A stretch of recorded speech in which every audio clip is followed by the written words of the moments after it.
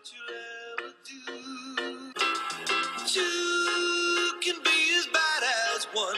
It's the loneliest number since the number one. Hey guys, so this is TV Pop Culture. So unfortunately there is only one email today. How can we know what events you guys will be going to? Well, that's actually a very good question. What I'm thinking of doing is possibly posting what events we'll be going to on our page, along with links to those events if you wish to attend. Granted, most of the events we attend will be in the Winnipeg area, but, you know, hey, something, right? So let's get into some news. First off, Netflix has video games now. Yeah, so for those of you who are getting screwed up the ass by, well, Future Shop, Best Buy, to name a few, you can now get your video games on Netflix for, again, $8 a month. As far as I know, you can also buy them off of Netflix. So yeah, you know, hey, Netflix has video games now. Awesome. The PS Vita will be region free.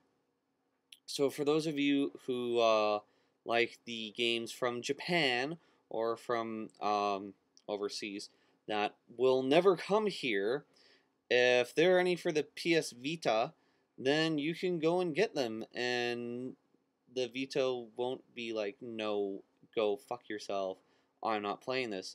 Vismail is out of business, so unfortunately they've closed up their doors. Also, DC Universe is free to play on the PS3 and PC. You can pay to be a what they call a top notch, which pretty much means that you get like special things for paying for your internet. You don't have to, but it's an option. Doctor Who, Colony in Space, and Day of the Daleks is now out. So you can go to HMV, Best Buy, pretty much wherever you can get DVDs, and go and buy that.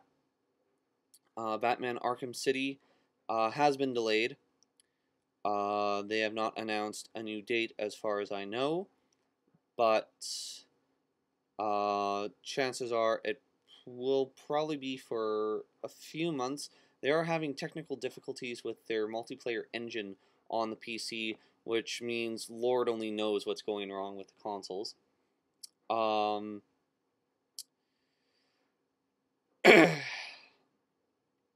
Dub 3 beta went live. Diablo 3 beta went live. So if you're a Diablo fan, that's awesome. If not, well, you know, hey, whatever. Deus Ex boss battles were streamed on the internet earlier this week.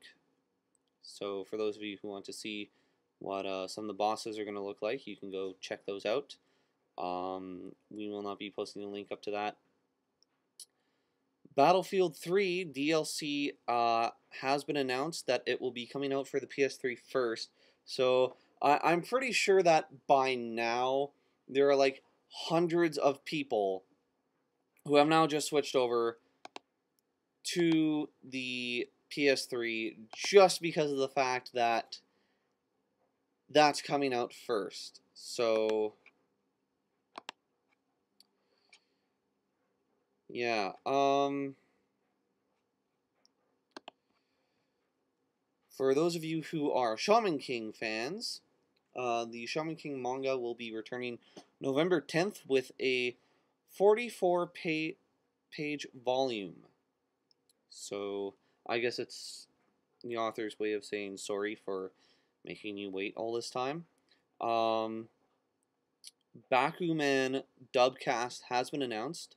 You will be able to find a link to it on our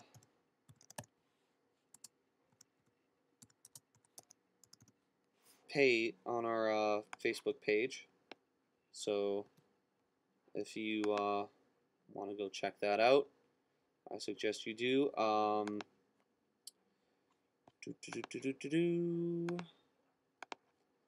Let's see what we have on Facebook. So I'm gonna do like this little short segment before we get into the review. So Noah Carson, I'm sure I just butchered his name again, says, "Yeah, I was waiting all week for this episode."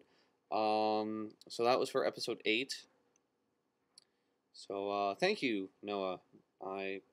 I'm pretty sure I speak for everyone here when I say we appreciate the support.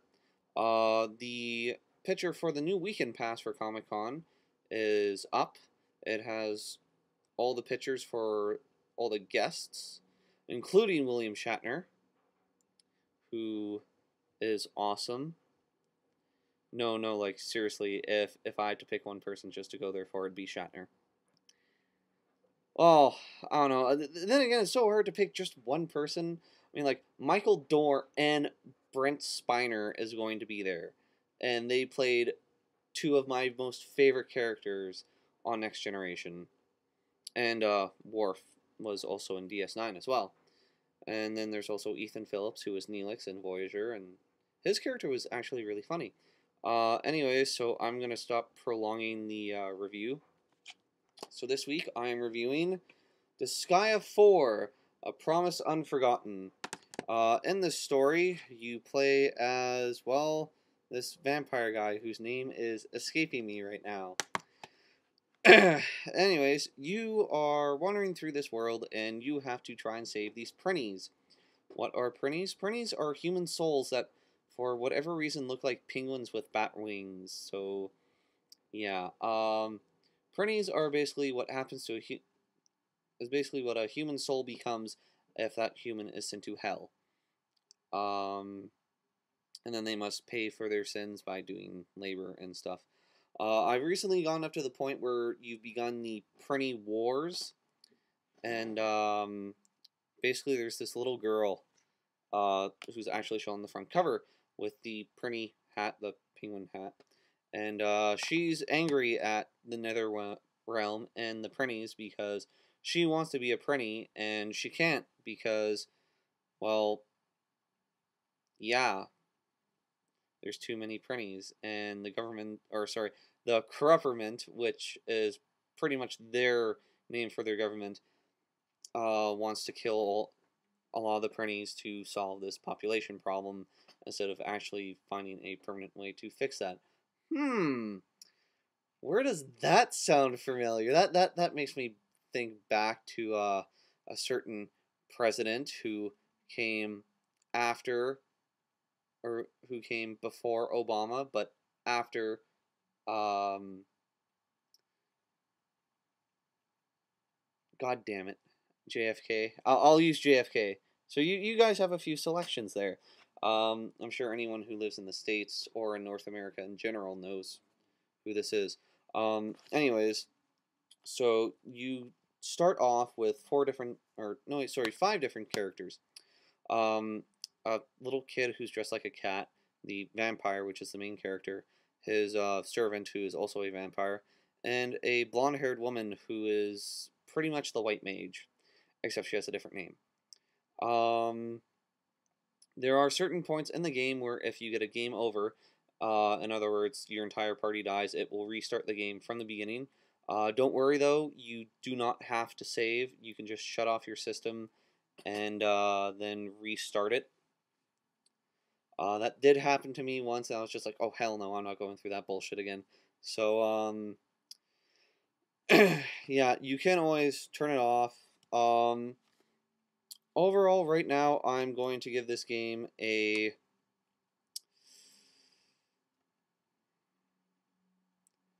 kick it out of bed for crackers. It's not so good that I'd say go out and buy it right now, but at the same time, it is still really good. If you got, or if you can still get the collector's edition, like what I got, it comes with a little tiny figurine of one of the characters. I got the little pretty girl with the hat and everything. Yeah, so overall, not a bad game so far.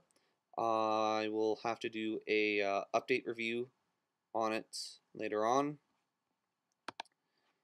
But yeah, that seems to be all the time we have for today. So I am CJ. This is TV Pop Culture signing off.